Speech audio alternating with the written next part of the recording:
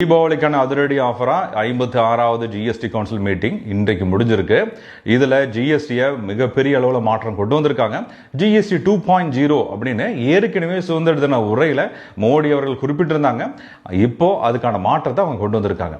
மின்பிருந்த GST வரி slabs எல்லாத்தையும் இவங்க சேஞ்ச் பண்ணிட்டு இப்போ 5%, 18%, 40% அப்படிங்கிற 3 ஸ்லாப் மட்டும் தான் கொண்டு வந்திருக்காங்க. இது பொதுஜன மக்களுக்காக 5 மற்றும் 18% ஸ்லாபுக்குள்ளேயே எல்லா பொருட்களுமே அடங்கிடும். 40% அப்படிங்கிற லக்ஸுரி அண்ட் சின்டாக்ஸ் சொல்லியிருக்காங்க. இதுல புகையிலை சம்பந்தப்பட்ட பொருட்களுக்கு தான் 40% வரும். இது போக லக்ஸுரி கார்களுக்கும் இந்த 40% அடங்கும். ஆனா இருந்தாலும் நீங்க மின்பிருந்த வரியை கம்பேர் பண்ணீங்கன்னா லக்ஸுரி கார்களுக்கும் இப்பொழுது 8% மேல கம்மியா இருக்கு. ஏன்னா மின்பிருந்த 12 மற்றும் 28% வரியை அவங்க ரிமூவ் பண்ணிருக்காங்க. இப்போ ஸ்லாப் 40% மட்டும் தான் வச்சிருக்காங்க. அப்ப செஸ் அப்படிங்கூட எக்ஸ்ட்ரா டாக்ஸை கம்ப்ளீட்டா ரிமூவ் பண்ணிருக்காங்க. வரப்போகுது அப்படின்னா செப்டம்பர் 22 இருந்து அமலாகும் அப்படிங்கிற மாதிரி சொல்லியிருக்காங்க. அப்ப இந்திய மக்களுக்கு உண்மையான தீபாவளி இதுவா தான் இருக்கும்.